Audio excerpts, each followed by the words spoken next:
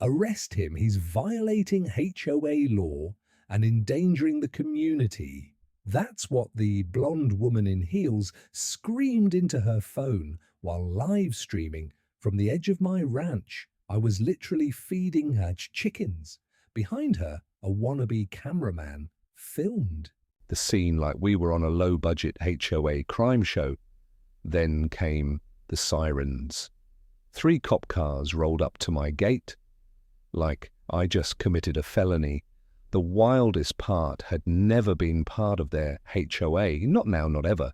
She brought police papers and a camera crew to a property she doesn't control, and somehow she thought she had the right to shut me down. I knew I wasn't dealing with just a neighbor. I was dealing with a power-hungry tyrant in full meltdown mode. Ever faced off with someone like this? Drop your wildest neighbor story in the comments. I read them all. Let me back up and tell you how this insanity started. 8 months ago, I inherited my grandfather's 15-acre ranch after he passed away. I'd been working as a map maker for websites, doing everything remotely from my cramped apartment in the city when Grandpa Dean left me. This beautiful piece of land, I figured it was the perfect chance to escape the rat race and work from somewhere peaceful. The ranch sits in what used to be pure countryside with a cozy log cabin where my grandfather taught me about surveying land. Every summer when I was a kid, I had 12 Rhode Island red chickens roaming around in a proper coop. And honestly, life felt perfect for the first time in years. About 2 years ago, they built this new subdivision called Sunset Meadows, about 250 yards from my property line. Modern suburban houses all looking exactly the same, with their perfectly manicured lawns and identical mailboxes. The contrast between my rustic ranch and their cookie-cutter development couldn't have been more obvious. I didn't think much about it at first, since we were far enough apart that we rarely interacted. Boy, was I wrong about that peaceful coexistence thing. The first sign of trouble came when this woman showed up at my door carrying a thick plastic-wrapped binder. She introduced herself as Marlene Cutter, president of the Sunset Meadows Homeowners Association. She had bleach blonde hair that looked like it hadn't seen a professional salon in months, wore clothes that seemed permanently wrinkled, and drove a 2016 Honda Civic with a dented rear bumper. But what really caught my attention was how she clutched that binder like it was some kind of holy book. Every few pages were highlighted with bright pink marker, and she kept flipping through it like she was looking for specific ammunition.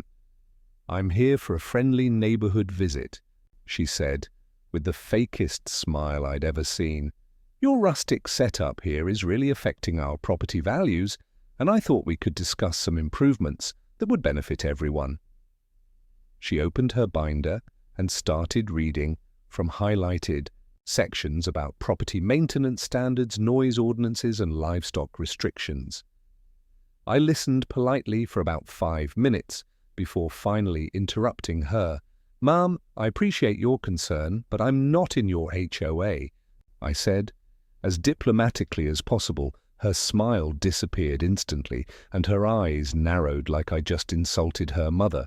"Well, maybe you should be," she replied, in a tone that made it clear this wasn't really a suggestion. After she left, noticed something strange. Small orange flags had appeared overnight near my property line, like someone was marking boundaries or planning something. I didn't think much of it until my neighbor, Helen McCoy, stopped by the next day. Helen was a friendly woman in her late 30s who lived about half a mile down the road and had moved out here specifically to avoid HOA drama. "I saw Marlene Cutter at your place yesterday," she said, with genuine concern in her voice. "That woman has been nothing but trouble since the day she moved in. She's filed complaints against 3 other neighbors in the past year, all for ridiculous reasons." Helen worked at the county land records office before retiring early, so she knew all about property disputes and boundary issues. "Just be careful with that one," she warned. She's got way too much time on her hands and a serious need to control everything around her. I thought that would be the end of our interaction with the HOA queen, but I was completely wrong. 3 days later, I'm enjoying my peaceful morning routine when suddenly 2 police cruisers come barreling down my private road like they're responding to a bank robbery. The lead officer was young, probably in his late 20s, with a professional demeanor but clearly uncomfortable expression. His partner was older and looked like he dealt with plenty of nuisance calls in his career. They approached cautiously, hands resting on their duty belts, scanning the property like they expected to find some major criminal operation. "Sir, we're responding to a complaint about livestock violations on this property," the younger officer said, pulling out his notepad. "We received reports of noise pollution, unsanitary conditions, and possible zoning violations." I almost started laughing because the most dangerous thing on my property was Henrietta, my friendliest chicken, who liked to follow me around, begging for treats. "Officers, this is agricultural land, and I'm completely within my rights to keep chickens here," I explained calmly. "I've got all the proper documentation if you need to see it." The older cop nodded and seemed ready to wrap things up quickly, but that's when our HOA dictator made her grand entrance. Marlene Cutter appeared from behind the police cars like she'd been waiting in the wings for her cue. She marched up, carrying that same plastic-wrapped binder, but now she had it open to specific pages marked with sticky notes and highlighted in fluorescent pink officers. "This man is in clear violation of community standards," she announced dramatically, like she was presenting evidence in a murder trial. She started flipping through pages and reading highlighted sections in a robotic voice, citing specific ordinances about livestock restrictions, noise levels, and property maintenance requirements every few seconds. She looked up at the cops expectantly, like she was waiting for them to arrest me on the spot. "Ma'am, I appreciate your concerns," I said, trying to stay calm, "but I'm not even in your HOA." The words came out louder than I intended, but honestly, the whole situation was getting ridiculous. Marlene's face turned red, and she clutched her binder tighter against her chest. "Your property impacts our entire neighborhood," she shrieked, waving one hand dramatically toward my chicken coop. "These violations affect all of us, whether you're officially in the association or not." The younger officer looked confused and glanced at his partner, who just shrugged, like this was typical neighborhood drama that they'd have to sort out somehow. That's when Marlene pulled out her phone and started recording everything.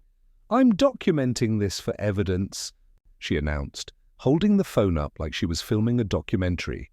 She moved around, getting different angles of my property, the chickens, and especially the chicken coop, providing her own running commentary about health violations and community standards. The whole performance was so over the top that I had to bite my lip to keep from laughing. "Officers, you can clearly see the unsanitary conditions and the noise pollution these animals create," she said, pointing her phone at Henrietta, who was peacefully pecking at the ground about 20 feet away. The senior officer finally spoke up with obvious patience, wearing thin, "Ma'am, if this gentleman is not part of your homeowners association, we cannot enforce HOA rules on his property." You could practically see the steam coming out of Marlene's ears when she heard that. "Then who is going to stop this farm from ruining our property values?" she demanded, looking back and forth between the officers, like they were somehow failing in their duty. The younger cop discreetly stepped closer to me and quietly slipped me his business card. "Might want to get an official property survey done." "Sir," he whispered low enough that Marlene couldn't hear, "just to make sure everyone knows exactly where the boundaries are." The comedy moment came when Marlene dramatically pointed at my chickens to emphasize her point about dangerous livestock. Henrietta being the curious bird she is walked right over and started pecking at Marlene's plastic binder. You'd think that chicken was carrying the plague by how fast Marlene jumped backward, nearly tripping over her own feet. "That's Henrietta?" I said, trying not to smile. "She's actually very friendly." But Marlene was having none of it. She clutched her binder protectively and glared at Henrietta like the bird had personally offended her entire family lineage after the officers left. Telling Marlene there was nothing they could do about my legal chickens on my legal property, I noticed even more orange flags around my land. They were closer this time, and some were actually planted just inside what I was pretty sure was my property line. I also spotted Marlene sitting in her dented Honda across the road, writing notes in a different binder, and occasionally taking photos with a telephoto lens. Helen McCoy had warned me that this woman had too much time on her hands, but I was starting to realize the situation was much worse than simple boredom. This was someone with a serious control complex who wasn't going to give up just because the police told her she had no authority over my land. That evening, as I was feeding the chickens and enjoying the peaceful sunset, I made a decision. As someone who makes maps for a living, I know the importance of understanding boundaries, documentation, and doing thorough research before making any major moves. If Marlene Cutter wanted to play games with property rights and community standards, she picked the wrong person to mess with. I was about to do what seagraphers do best: research absolutely everything, until I understood exactly what I was dealing with. Little did I know that my investigation would uncover something much bigger than one crazy neighbor with a power complex. The next morning, I fired up my computer and started doing what any reasonable person does when dealing with crazy neighbors: research everything about them online. What I found about Marlene Cutter was both enlightening and deeply concerning. She had a pattern of filing complaints against neighbors going back over 2 years, always citing HOA violations and community standards. 3 different families had moved away from Sunset Meadows, specifically because of ongoing harassment from Marlene and her interpretation of homeowners association rules. Online reviews mentioned her showing up at people's houses with measuring devices, taking photos of their property, and filing formal complaints over the most minor issues like grass height and mailbox positioning. Helen McCoy stopped by that afternoon with more disturbing information about the financial situation at Sunset Meadows. HOA, that association, is in serious trouble, she explained. While we sat on my porch watching the chickens roam around, they're short about $60,000 in their annual budget, and several homeowners have stopped paying their dues because they're fed up with Marlene's dictatorial management style. Helen had friends who still worked at the county office, so she had access to information about property disputes and homeowners association issues. The thing is, Marlene earns $35,000 a year as HOA president, and she desperately needs to justify keeping that position. Creating problems and then solving them makes her seem essential to the community. That same day, I checked my agricultural zoning documentation and confirmed that everything about my property was completely legal. The land had been designated for agricultural use since 1947, and I had every right to keep livestock within reasonable limits. My 12 chickens didn't even come close to violating any county ordinances about agricultural operations. But apparently legal facts weren't going to stop Marlene from escalating her campaign against my peaceful existence.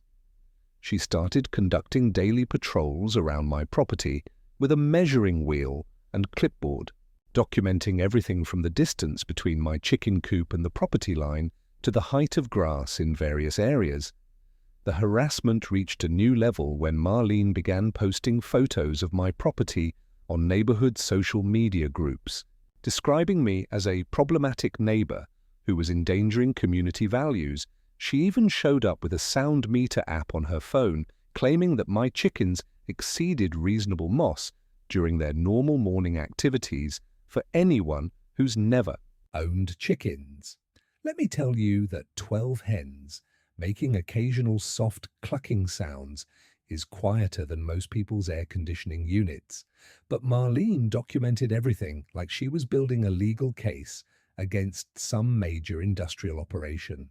The real escalation happened on a Thursday morning when I caught Marlene actually inside my property boundaries, measuring the distance from my chicken coop to the fence line. "Ma'am, you're on private property right now," I said, firmly but politely. "This easement affects all of us," she shot back, waving her measuring tape like a weapon. "I have community rights to ensure property standards are maintained." I couldn't believe what I was hearing. "You have zero rights on my land," I replied, my patience finally starting to wear thin. "I'm not in your HOA and you have no authority here whatsoever." But Marlene just continued measuring and taking notes like I hadn't said anything at all. That's when I decided to take a more official approach and headed to the county planning office to verify my property boundaries and zoning status. What I encountered there was my first hint that this situation involved more than just one crazy neighbor. The clerk, a middle-aged man named Frank Morrison, seemed unusually unhelpful. When I requested copies of my property surveys and zoning documentation, "We're experiencing some delays with that type of request," he said, without looking up from his computer. "Might take several weeks to process." When I explained that I needed the documents to resolve a property dispute, his attitude became even more dismissive. "Maybe you should work things out with your neighbors first before involving the county," he suggested, with a tone that made it clear he wasn't interested in helping. I pressed for more specific information about the delays, and that's when Frank made a mistake that revealed much more than he intended. "Look, we've got instructions to be careful about any requests related to properties that might affect ongoing community development projects," he said clearly. Frustrated, "The HOA has been very cooperative with the county on expansion planning, and we don't want to complicate those discussions with unnecessary property disputes." The words hit me like a cold slap of reality. This wasn't just about Marlene being difficult. There was an actual coordination between the HOA and county officials to make my life difficult and potentially force me out of the area. When I asked to speak with Frank's supervisor, he became even more evasive and claimed that all the senior staff were in meetings for the rest of the week. But as I was leaving the building, I overheard a conversation between two other employees that confirmed my worst suspicions. That's the guy from the ranch that's causing problems for the Sunset Meadows expansion. One of them said, "Word from upstairs is to make sure any requests from him get buried in paperwork until this gets resolved." It was becoming clear that I wasn't just fighting one power-hungry HOA president. I was up against a coordinated effort involving local government officials who had financial interests in seeing my property develop. The next morning brought a nasty surprise that made me realize this situation was more serious than simple neighbor drama. 4 of my chickens were missing and the coop door was standing wide open. Fresh tire tracks led from my property toward the HOA development, and there were footprints around the chicken area that definitely didn't belong to me. I'd installed a basic trail camera to keep an eye on potential predators, and when I checked the footage, there was a shadowy figure moving around my property at 5:47 in the morning. The image quality wasn't good enough to identify anyone specifically, but the timing was awfully suspicious given recent events. Helen provided even more disturbing information. When she stopped by later that day, I heard through the grapevine that there's a development company offering community improvement grants to homeowners associations that can demonstrate active property management, she said with concern in her voice. Word is that Sunset Development LLC has been approaching Rural landowners about selling their property for suburban expansion pieces were starting to come together in a way I didn't like at all. This wasn't just about one control freak neighbor being difficult, there might be actual financial incentives. Driving Marlene's behavior and my property could be standing in the way of some larger development plan that had support from people in positions of power. That evening, I sat on my porch talking to my remaining 8 chickens while studying property, maps on my laptop. "What's wrong with people, girls?" I asked Henrietta, who had hopped up onto my lap while I worked. "All we want is to live peacefully and mind our own business." But as I looked at the satellite images and property boundary data, I was forming a plan if Marlene Cutter, and whoever might be backing her, wanted to play games with property rights and community standards. They had picked the wrong person to mess with.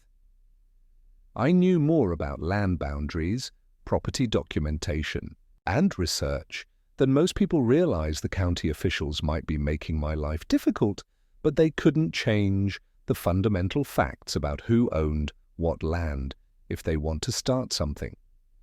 I told Henrietta, let's see who really knows the rules better. The realization that I was fighting not just an individual, but an entire system made the situation both more frightening and more motivating. I was beginning to understand that this battle was about much more than just my right to keep chickens on my own property. This was about whether regular people could stand up to coordinated efforts by developers, corrupt officials, and power-hungry neighbors who thought they could steamroll anyone who got in their way. Little did I know that my investigation would soon uncover evidence that would turn this entire conspiracy on its head.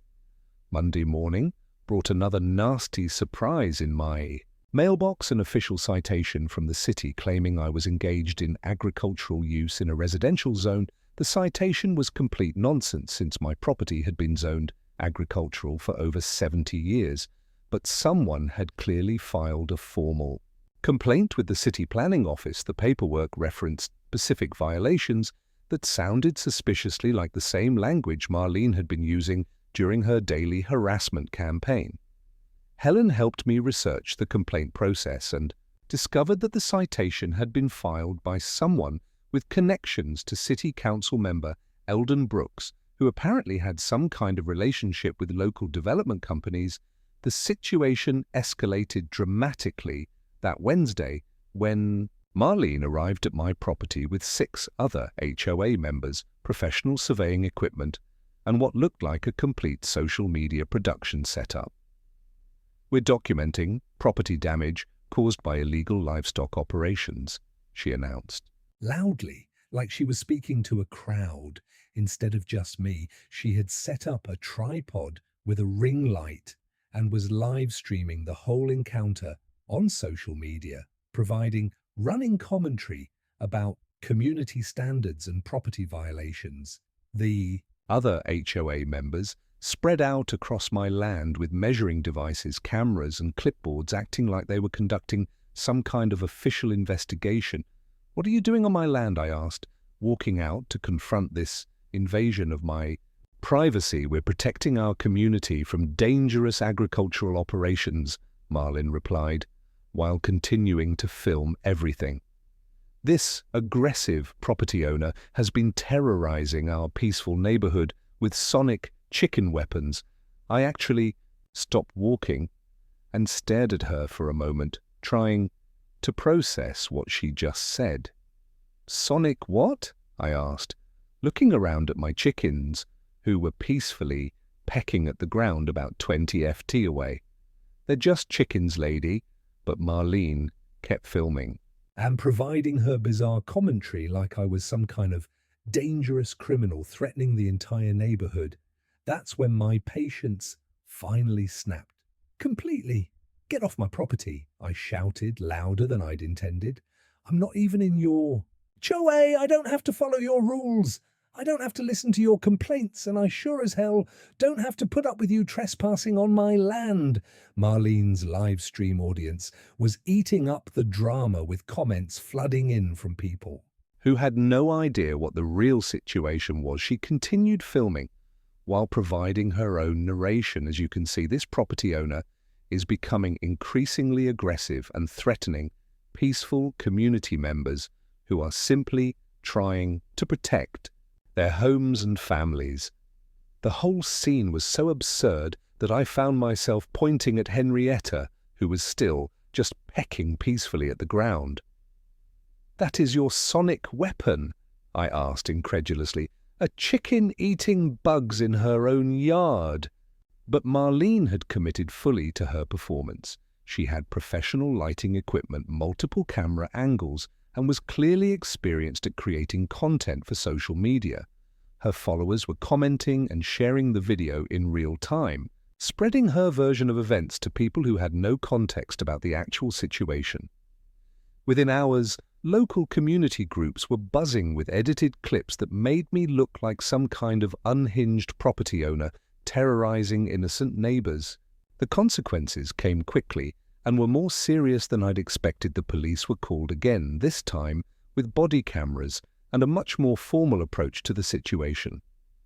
I received an official warning about harassment and threatening behavior, which was completely backwards since I was the one being harassed on my own property. The local social media groups were full of discussion about the aggressive rancher who was causing problems for the peaceful suburban community. People who didn't know me or understand the situation were taking sides based on Marlene's edited video clips, and my reputation in the area was taking a serious hit. But the real blow came the next morning, when my bank called with disturbing news. "Mr. Whitaker, we've received a report that your property is currently involved in a legal dispute that could affect its value." The loan officer explained, "The HOA has filed documentation claiming that your ranch is operating in violation of zoning laws and community standards. Until this matter is resolved, we're required to flag your account for potential credit issues." I couldn't believe what I was hearing. Not only was Marlene harassing me on my own property, but now she was trying to damage my financial standing by involving my bank in her fictional property dispute. That afternoon, an old friend from my previous job called with what he thought was helpful advice. "Dean, I've been seeing the videos online and this looks like a nightmare," Mike said with genuine concern. "You know, there are plenty of remote work opportunities back in the city. Maybe it's time to cut your losses and get out of there before this gets even worse." The suggestion hit me harder than I expected, because part of me was starting to think he might be right. Was keeping a few chickens on my grandfather's land really worth fighting an entire system of corruption and harassment? That evening I found myself sitting in my kitchen, staring at real estate websites and seriously considering putting the ranch up for sale. I had started gathering important documents and personal items, thinking about how quickly I could pack up and move back to civilization. The legal costs were mounting. My reputation was being destroyed online, and even my bank was questioning my financial stability. Maybe everyone's right, I thought, while looking out the window at my remaining chickens settling in for the night. Maybe I should just take whatever I can get for this place and start over somewhere else. But as I was going through my grandfather's old papers, looking for the property deed to include in a potential sale, I found something that stopped me cold. It was a handwritten letter that my grandfather had written but never sent, dated just a few months before he passed away. "My dear grandson," it began, "I know this land might seem like more trouble than it's worth sometimes, but I want you to understand something important. This property is the only thing our family has never let anyone take away from us without a fight. Your great-grandfather fought off land speculators during the Depression. I fought off developers in the 1980s. Now it might be your turn. Don't let them win just because they're loud and mean. The land knows who really belongs here." Reading those words felt like my grandfather was speaking directly to me from beyond the grave. This wasn't just about chickens or property rights, or even my own convenience. This was about whether I was going to honor the legacy of people who had worked and sacrificed to keep this land in our family. I looked out at Henrietta and her remaining flock, peacefully going about their evening routine, completely trusting that I would protect them. And their home, you're right, Grandpa. I said quietly to the empty kitchen, it's time to fight back. That night I put away the real estate websites and started planning my counterattack. Instead, if Marlene Cutter and her allies thought they could intimidate me into giving up my family's land, they were about to discover that they had seriously underestimated their opponent. I wasn't just fighting for myself anymore, I was fighting for everyone who had ever been bullied by corrupt officials, power, hungry neighbors, and greedy developers, who thought they could steamroll regular people without consequences. The gloves were about to come off, and I was going to show them exactly what happens when you mess with someone who knows how to research, document, and fight back with the truth. The trail camera footage from that morning was absolutely shocking. At 6:15 a.m., while I was still asleep, Marlene Cutter and an unknown man in a business suit were walking around my property with surveying equipment. They were measuring distances, taking photographs, and the man was clearly making notes about my land layout and the location of various structures. When I enhanced the video quality on my computer, I could clearly see a logo on the man's shirt, Sunset Development LLC. This wasn't random neighbor harassment anymore. This was a coordinated effort involving people with serious financial interests in my property. I spent the next several hours researching Sunset Development LLC, and what I found was deeply disturbing. This company specialized in buying rural properties and converting them into suburban developments, often using pressure tactics and community complaints to force landowners into selling at below market prices. They had a documented pattern of working with local homeowners associations to create problems for targeted property owners, making their lives so difficult that selling became the easiest option. The company had successfully acquired over 24 rural properties in our county, using these tactics, always offering to solve the problem by purchasing the land for development. The real breakthrough came when I decided to overlay my current property maps with the original 1987 survey that my grandfather had filed when he inherited the land using my professional mapping software. I discovered something absolutely incredible. The HOA playground, clubhouse, and main parking lot were all built on my property. Helen gasped when I showed her the evidence. Dean, they'd been trespassing. On your land for 15 years, he said, studying the overlay maps with amazement. Every single major facility that Sunset Meadows uses for community activities is actually on property that belongs to you. This discovery explained everything about Marlene's aggressive behavior and the involvement of the development company. They needed my land for their expansion plans. But there was a major problem. The HOA had already invested hundreds of thousands of dollars building facilities on property they didn't actually own. If I decided to assert my legal rights, the entire Sunset Meadows community would face massive financial losses and potential legal liability. The development company's expansion plans would be completely ruined, and Marlene would lose her position as HOA president along with her $35,000 annual salary. The conspiracy became even clearer when Helen discovered that Marlene's Wi-Fi network wasn't password protected. As someone who works with computers and mapping software, I had enough technical knowledge to access her email, and what I found was evidence of a clear conspiracy. Marlene had been communicating with Sunset Development LLC for months, promising to clear the obstacle in exchange for a $75 user donation to the HOA and a guarantee that she could maintain her position as president of the expanded community. The plan was to harass me into selling my property cheaply, allowing the development company to acquire prime land for suburban expansion. Over the next few days, I gathered an overwhelming amount of evidence about the encroachment on my property. Using my professional mapping skills, I created detailed surveys showing exactly where the HOA facilities were located relative to my actual property boundaries. Helen provided courthouse research, confirming that no easements or permissions had ever been granted for construction on my land.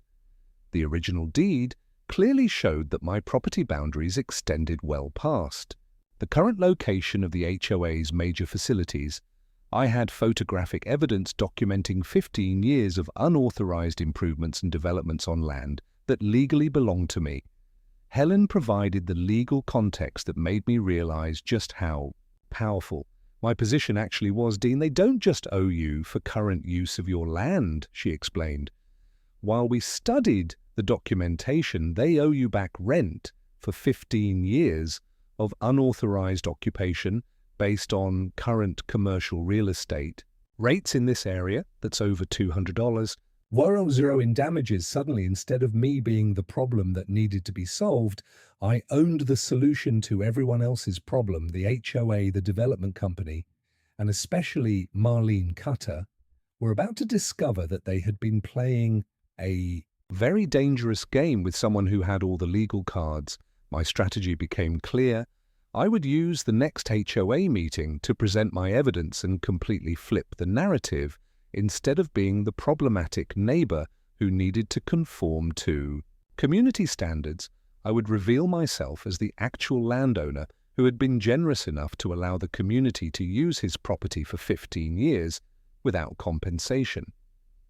I contacted a surveyor to provide official documentation of the encroachment, gathered all my mapping evidence and prepared a presentation that would expose the entire conspiracy time to show them who really owns what around here. I told Henrietta, as I finalized my plans, the chickens had no idea they were about to witness one of the most satisfying reversals of fortune in HO history. The official surveyor's report confirmed everything I had discovered through my own mapping research. Major HOA facilities, including the playground, clubhouse, and primary parking area, were all constructed on my property without permission. Armed with this documentation, I filed a formal trespassing notice demanding that Sunset Meadows HOA either remove all structures from my land or pay $150,000 in back rent for 15 years of unauthorized use. The notice gave them 30 days to respond, and I made sure to send copies to every homeowner in the development, along with a detailed explanation of the situation. Marlene called an emergency HOA meeting within 48 hours of receiving my notice, clearly panicking about the legal and financial implications of what I'd discovered. I waited until the meeting was well underway before making my entrance, carrying my surveyor's report, legal documentation, and a large poster that read, "You owe me $150,000 in bold letter." The community room fell completely silent as I walked in and set up my presentation materials at the front of the room. Marlene tried to maintain control by saying, "This is private HOA business," but I calmly replied, "Not when it's happening on my private property." I set up my laptop and projector to display aerial maps showing the exact boundaries of my property, overlaid with the current locations of HOA facilities using a laser pointer.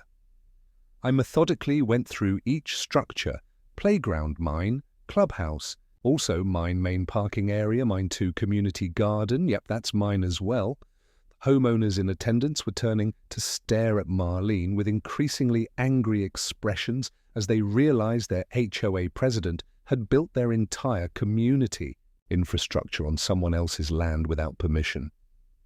Several people started demanding immediate explanations and asking how this could have happened without anyone knowing. Marlene's desperation became obvious as she started screaming about fabricated documents and claiming that I was trying to seal community assets through legal trickery, but I had prepared for exactly this response. I played the audio recording of Marlene admitting to entering my property for community investigation. purposes and showed email evidence of her conspiracy with Sunset Development LLC, the room erupted in angry voices as homeowners realized they'd been paying HOA dues for facilities built on someone else's property and that their president had been scheming to benefit financially from the situation. The community uprising was swift and decisive. Multiple homeowners demanded Marlene's immediate resignation, with several people shouting questions about where their dues money had actually been spent. We've been paying HOA fees for 15 years to maintain facilities on his land. One angry resident yelled, pointing at me. The motion to remove Marlene from her position passed by a vote of 23-2, with only Marlene and one loyal supporter voting. Against removal, she stormed out of the meeting screaming, "This isn't over, you people have no idea what you're doing." But her threats rang hollow because everyone in that room now understood exactly what had been happening. The story quickly attracted media attention as word spread about the HOA president who had built an entire community on someone else's property without permission. Local news stations picked up the story, and I found myself giving professional interviews that contrasted sharply with Marlene's increasingly unhinged social media posts, a popular online channel called HOA Horror. Stories requested an exclusive interview, and the story began going viral with headlines like "Map Expert Destroys Corrupt HO with Service" and "Seagrapher Exposes 15-Year Property Scam." The combination of clear legal documentation, obvious corruption, and satisfying justice made it exactly the kind of story that people love to share. The new HOA leadership, led by a retired teacher named Patricia Williams, approached me with a reasonable settlement offer. Within a week of Marlene's removal, they had proposed a fair, long-term lease agreement that would allow the community to continue using the facilities while paying me appropriate monthly rent for the land. I was impressed by their professional approach and willingness to acknowledge the legal reality of the situation. "We want to work with you to find a solution that protects everyone," Patricia explained. "The homeowners shouldn't suffer because of one person's illegal decisions, but we also recognize that you have legitimate property rights that need to be respected." As I was finalizing the lease agreement and enjoying what I thought was the resolution of this crazy situation, Helen stopped by with concerning news. "I heard Marlene is planning something desperate," she warned. "Someone at the courthouse said she's been asking questions about challenging property deeds and inheritance documentation." I thanked Helen for the warning, but honestly thought that Marlene was finished. The evidence against her was overwhelming. The community had removed her from power, and the legal situation was crystal clear. I had no idea that she was about to make one last desperate move that would almost destroy everything I'd worked to accomplish. Marlene Cutter's final desperate move was both shocking and incredibly stupid. She had somehow managed to bribe a retired county clerk named Robert Patterson with $8,000 to claim that my 1987 deed contained suspicious irregularities that raised questions about the legitimacy of my inheritance. Based on this fabricated testimony, she filed an emergency lawsuit alleging that I had fraudulently obtained the property and therefore had no legal right to make any claims against the HOA. A judge who didn't understand the full situation issued a temporary restraining order preventing me from accessing the disputed areas of my property until the matter could be resolved in court. The court hearing was scheduled for the following Monday, and Marlene's appearance was so bizarre that everyone in the courtroom was staring at her. She showed up wearing pajama pants, a wrinkled t-shirt, and carrying a stuffed teddy bear that she claimed she needed for emotional support due to trauma caused by aggressive chickens. Her testimony was rambling and incoherent, involving claims about sonic chicken weapons, psychological warfare through livestock, and property terrorism designed to destroy peaceful communities. The judge looked increasingly confused and frustrated as Marlene's story became more outlandish and contradictory. I had spent the weekend preparing my defense, but the breakthrough came when I remembered something my grandfather had told me. Years ago, he had kept all the important property documents in a wooden box hidden in the attic, including the original hand-drawn survey map he had created when inheriting the land. I found the box exactly where he described, containing the original survey map, drawn in ink with witness signatures, and even photographs from the property transfer ceremony in 1987. More importantly, I discovered that Robert Patterson, the clerk Marlene had bribed, had actually retired 4 years ago and never would have had access to the original deed records when I presented my evidence in court. The judge's demeanor changed completely. The hand-drawn map included witness signatures from people who were still alive and could verify the authenticity of the documents. The photographs clearly showed the property transfer ceremony with multiple witnesses and proper legal procedures. Most damning of all, I was able to prove that Patterson couldn't possibly have verified anything about my deed because he had been retired for years when my grandfather's estate was settled. The judge immediately recognized that Marlene had committed perjury and attempted to bribe a witness to provide false testimony during the lunch break. I did something that would become internet famous.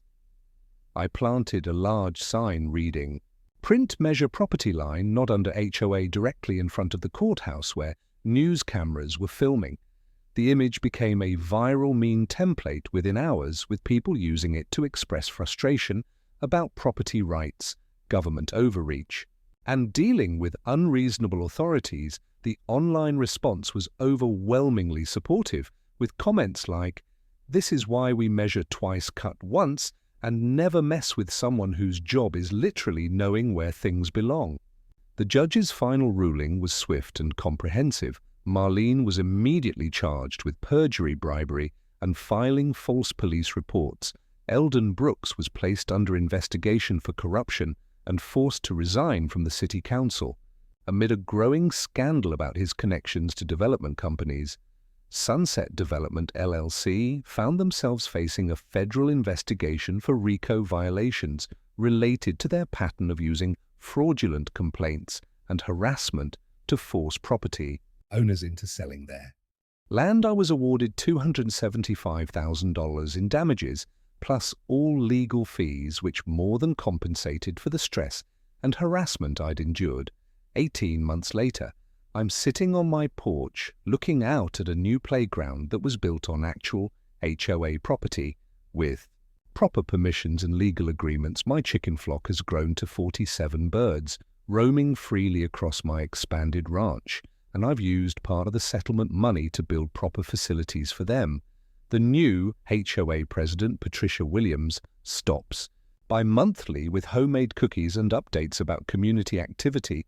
We have a fair lease agreement that generates steady income for me while allowing the community to maintain their facilities on a legitimate legal basis. Marlene's fate was exactly what she deserved. She's currently working at a retail store in a different state, living with her mother and facing ongoing legal proceedings related to her criminal charges. A restraining order prevents her from contacting me or coming within 500 yards of my property. Local news occasionally provides updates about her legal situation, but mostly she's become a cautionary tale about what happens when power-hungry people try to abuse their authority. The story has been featured on multiple online channels and social media platforms with a compilation video called HOA Karen vs. Map Expert. Reaching over 15 million views, I've started a side business helping other property owners resolve boundary disputes and deal with aggressive homeowners associations. The moral of the story is simple but powerful. Never mess with someone whose job involves knowing exactly where things belong, especially when they have the maps to prove it. As I tell my chickens every morning, sometimes standing your ground is worth the fight, girls, especially when you have the documentation to prove where that ground actually is. Henrietta always seems to nod in agreement, though that might just be her looking for treats either way. Justice was served. The bad guys got what they deserved, and I get to live peacefully on my grandfather's land with the most content chickens in the county. Sometimes the system works exactly like it's supposed to, and karma delivers precisely what everyone had coming to them after everything settled. I realized my story had struck a nerve.